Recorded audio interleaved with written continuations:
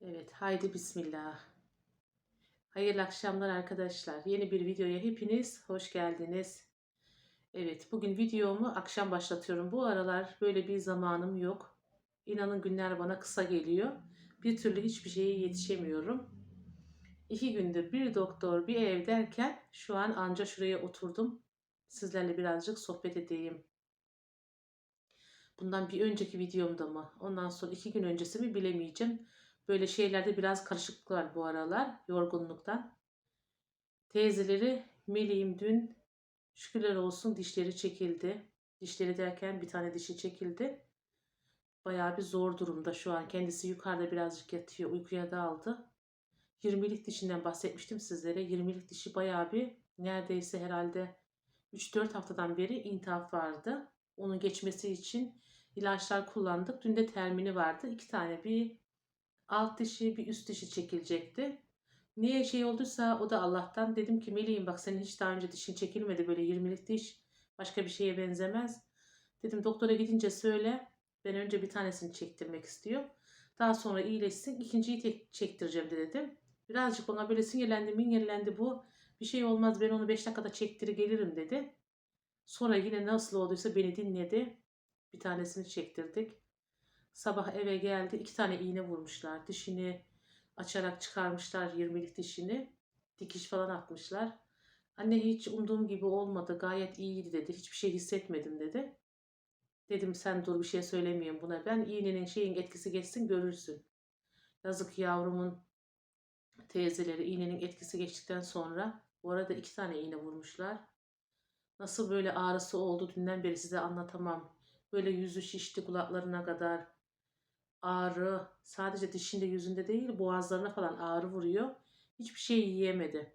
Hatta az önce şey verdim şu hani böyle bebeklere bilirsiniz yedirdiğimiz yoğurt şeyleri var ya ağzına sıkarak kaşık kullanmadan. Onu aldım geldim dedim yavaş yavaş şöyle dudaklarına sık onu yutmaya çalış diye. Allah'tan beni dinledi çok fazla zorlandı. Ağrı kesiciler bu arada şey yapmadı. Fayda yapmadı. Damla almıştık ağrı kesmesi için. Damlası Allah şükür şimdi iyi. Eşim de bu arada anlaşamıyoruz bir türlü. Bize kızıyor. Benim Melek bana çekmiş şey olarak. Ben de böyle rahatsız oldum mu? Normalde kendimi hep yatağa şey yaparım. Yatarım. Hiçbir şey yemek istemem. Hatta birisi işte hastasın birazcık kendini toparla bir şey ye dediği zaman ben onu sanki aslında benim iyiliğimi düşünüyorlar. Hani iyiliğim için söylüyorlar ama ben onu kendime küfür gibi şey yapıyorum. Diyorum bir şey söylemeyin ben yemeyeceğim içmeyeceğim sadece yatmak istiyorum diyorum. Aynı Melih de benim gibi. O yüzden hiçbir şey yiyip içmiyor. Eşim de kızıyor bana. Melih'e de sen diyor anana çekmişsin hiçbir şey yemiyorsun. Git de kendini topla falan diyor. Ama bu arada çocuğun yiyecek durumu yok. 10 gün sonra tekrar termini var. Dikişleri alınacak ağzından. Allah kimsenin başına vermesin. İnşallah kızlarımda da öyle olmaz. Abisinde öyle bir şey görmemiştik ama bunun bayağı bir şey oldu çocuğun. Diş hem zayıflattı bir şey yemediği için çok ağrı çekti. Bakalım bugün ikinci günümüz. İnşallah üçüncü güne daha da iyi olur. Hiçbir şey görmemiş gibi olur yavrum. O yüzden teyzeleri bayağı ben bir yoruldum. Gel git gel git. Şu an işte bakalım birazcık böyle çorba içirebilir miyim bilmiyorum deneyeceğim. İçmezse de artık öyle yatacak. Böyle yani. Evde bir şey olduğu zaman çocuklar rahatsız. İnsanın da morali olmuyor. Hani büyüklerde anlayabiliyoruz da kendimizde. Çocukların durumu bayağı bir zor oluyor. Rabbim başka bir dert vermesin inşallah. Bu arada ben de bazı bana şey diyorlar işte kamerayı böyle elime tuttuğum zaman konuşurken böyle şey hani tepeye çıkarken zor nefes alırsınız ya merdiven falan çıkarken. İşte bacım sen çok zorlanıyor. Sende nefes darlığı falan mı var diye yazanlar oluyor. Bende guatr rahatsızlığı olduğu için boğazımda da düğümlerim var. Her sene hastaneye gidiyorum. Özel doktor kontrol ediyor. Düğümlerim hani böyle iyi durumda mı yoksa kötüye çeviriyor mu diye. Bizim bu ailede var ablamda, annemde. Annem ameliyat oldu. Onun böyle düğümleri evlerden uzak kötüye çevirmişti. Kötü hastalığı. Anneminki alındı. Ben de öyle kontrol altındayım. O düğümler olduğu için böyle kameraya yakın olunca nefes nefese şey yapıyorum yani. Başka bir şeyim yok bir rahatsızlığım. Ondan kaynaklı yani onu da söylemiş olayım. O yüzden Gözüm dağıldı. Biri gelecek galiba. Hayırlısıyla gelsin. Batıl inanç mıdır bilmiyorum ama bizde öyle derler. Böyle gözüm dalınca birisi gelecek. Ondan sonra işte e, çay bardağının içinde çay kaşığı çift çıkarsa ikizin olacak falan derler. Batıl inanç mıdır artık ne bilmiyorum. Böyle duymuşuz onları.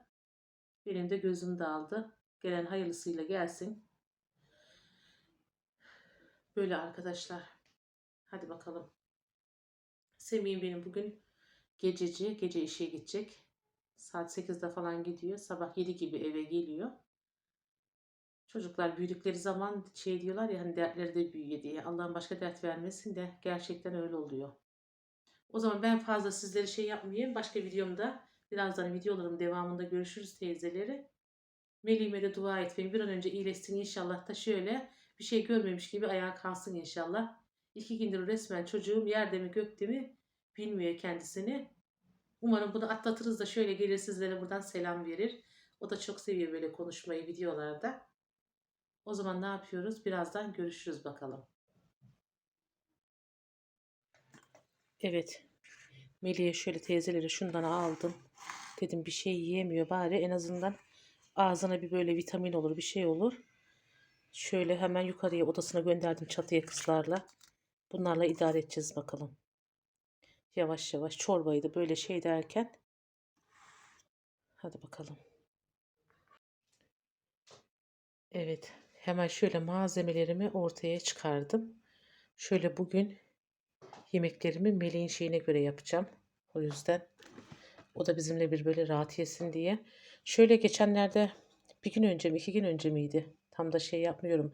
Değişik bir Kaufland'a gittim. Püreyi almayı unutmuşum. Değişik yere gidince insan neyin nerede olduğunu bilmiyor. Hemen bir gidip geldim. 3 paket aldım. Hatta burada 2 tanesi kalmış niyeyse.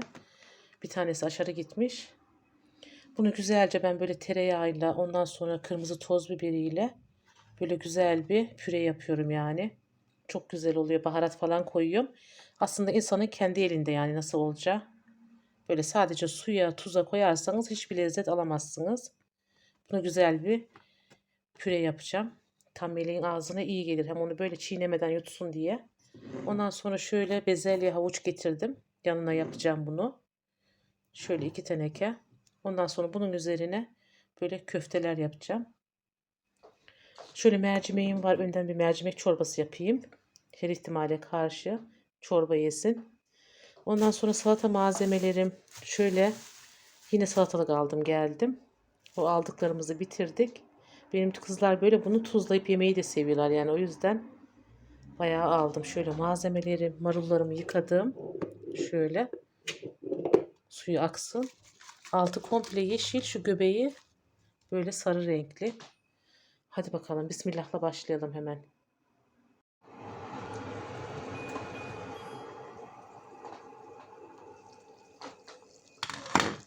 Bismillahirrahmanirrahim.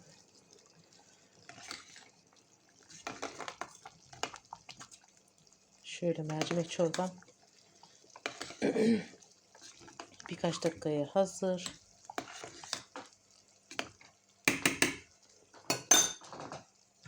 Şöyle. Yandık. Hemen burada da bezelyelerimi hazırlayacağım. Şöyle bunu geçenlerde biliyorsunuz göstermiştim. Tencerelerimi almıştım. Çok yazan olmuş bana. Benim sayemde alanlar oldu. Herkes güzel günlerde, sağlıklı günlerde kullansın inşallah. Gerçekten çok güzelmiş. Ben de çok memnun kaldım. 2 tane almıştım. Eğer gidersem daha varsa 2 tane daha almayı düşünüyorum. Gerçekten çok güzel. Ağır böyle. Şöyle bezelyelerimi de hazırlayayım hemen.